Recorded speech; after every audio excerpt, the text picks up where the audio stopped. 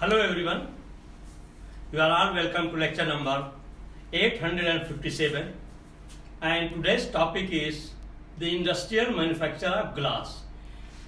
Glass industry is well known to everybody, and in everybody's house, offices, everywhere there are glass products in our houses.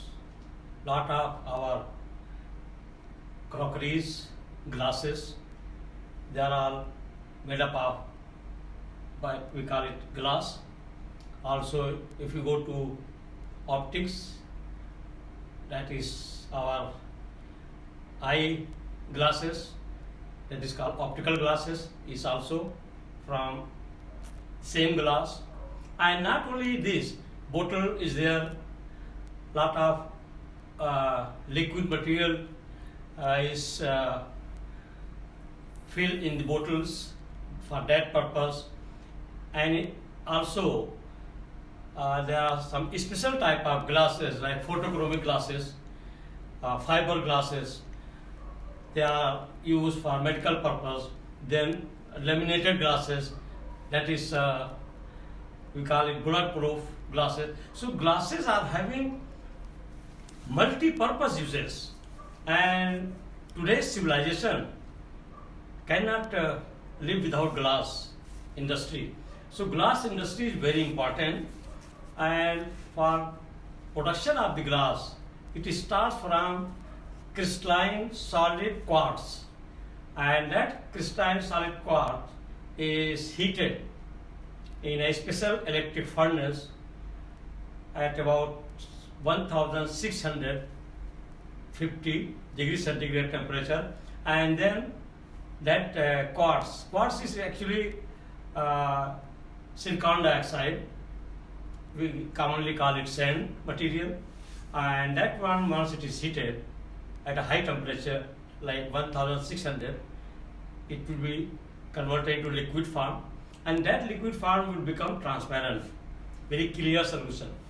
But this quartz glass is not the ordinary glass, because it can expand in heat as well as in cold, but it cannot be used.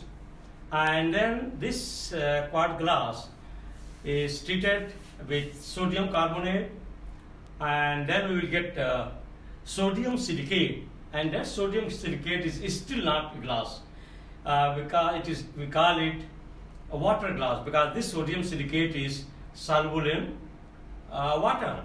So now the question is how to make such type of glass which is not soluble in water, because we want to put liquid in the glass. Then we have to treat it with other metallic oxide like aluminum oxide, like lead oxide, and some other carbonates. Then it will be converted into, that is your calcium sodium silicate. So the sodium calcium silicate is your ordinary glass, and this sodium calcium silicate is not soluble in water. It is resistant to oxidation, to acid. Of course, if there is very concentrated alkali, it may be a little bit corroded, and very strong acid, that is hydrofluoric acid, it can little bit affect. But otherwise, acidic solution, the normal ones, they cannot affect this glass. And actually glass is inorganic mixture, it is not a compound. Different type of chemicals are mixed together, so it is a type of chemical mixture, and it has physical and chemical properties. It is rigid, brittle, and it is insulator, and it can be manufactured from fixed raw material. That raw material is called base material, and base material consists of limestone, calcium carbonate, potassium carbonate, and some metallic oxides. Lot of materials, they are powdered, and after powdering, two methods are used, either with pot furnace or tank furnace. They are all very very huge furnaces, and in that furnaces they are melted and shaping, annealing are done, and all this process I will be discussing one by one. And in the glass, to make it ornamental, different type of glasses, colored glasses, red, blue, ruby blue, green, fluorescent, yellow, red, are produced by adding different type of coloring material. So those coloring materials I will be discussing one by one. Industrial manufacture of glass. Number one, when crystalline quartz, it is actually silicon dioxide, that is called silica, is heated in a specially designed electric furnace to a temperature of about 1650 degrees centigrade, it melts to a colorless liquid. On the other hand, if this liquid is cooled rapidly, the quartz can be obtained as a clear colorless mass called super cooled liquid.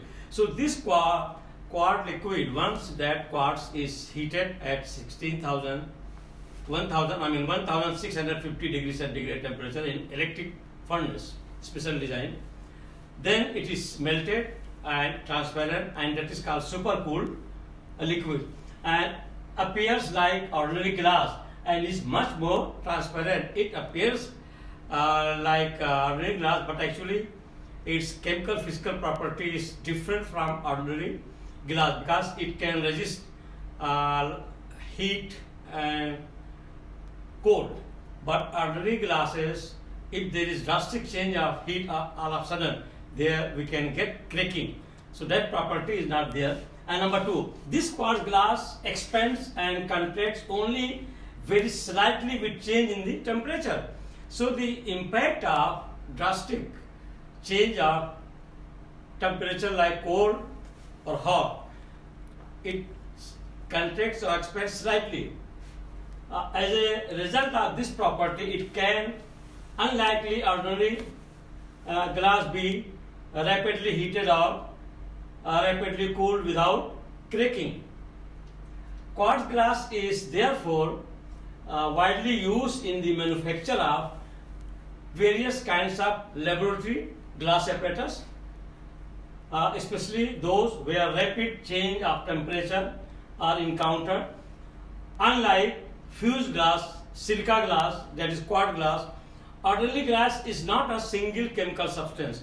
So, like silica or quartz glass, this ordinary glass is not a single chemical substance, rather than it is the mixture of different type of chemical substances, and they are all homogeneous in nature.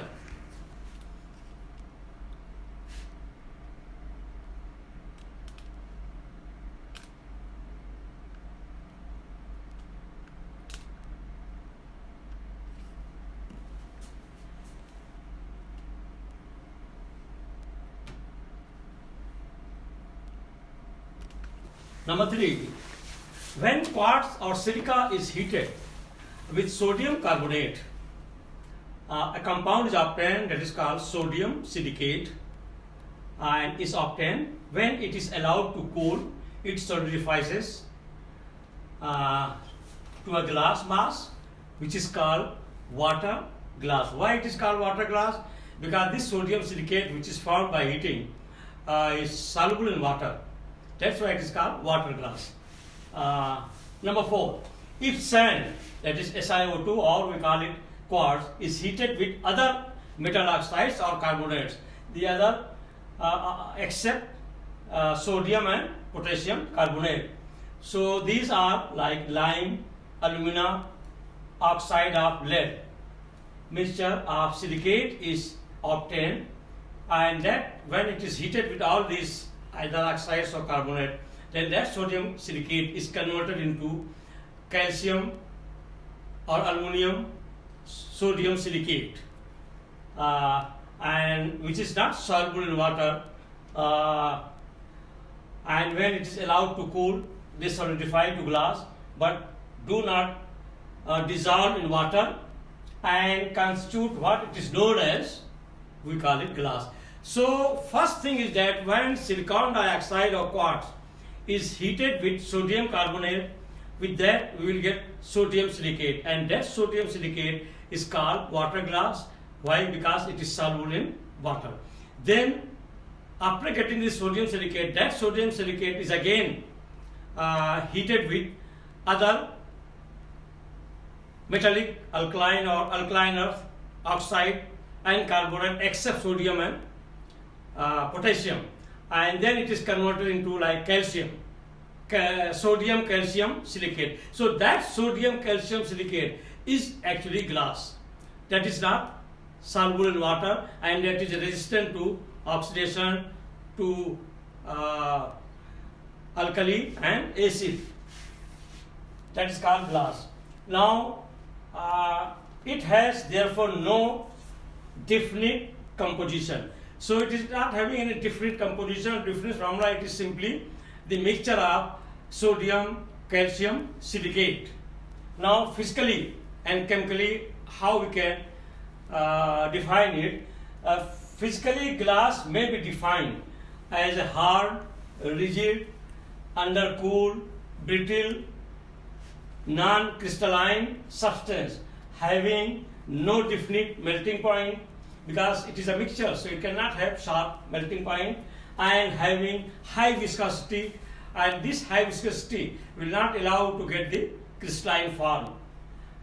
And then chemically we can define glass may be defined as a fused mixture of silicates, sodium silicate, calcium silicate, any metallic oxide, carbonate silicate except sodium and potassium. So this is fused silicate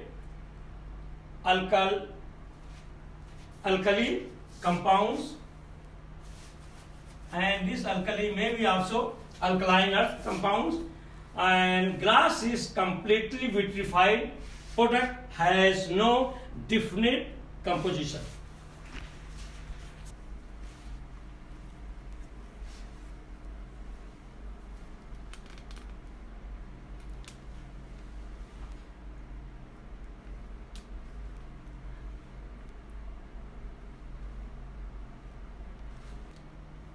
So with this I will stop, and in the next lecture I am going to discuss the characteristic of glass.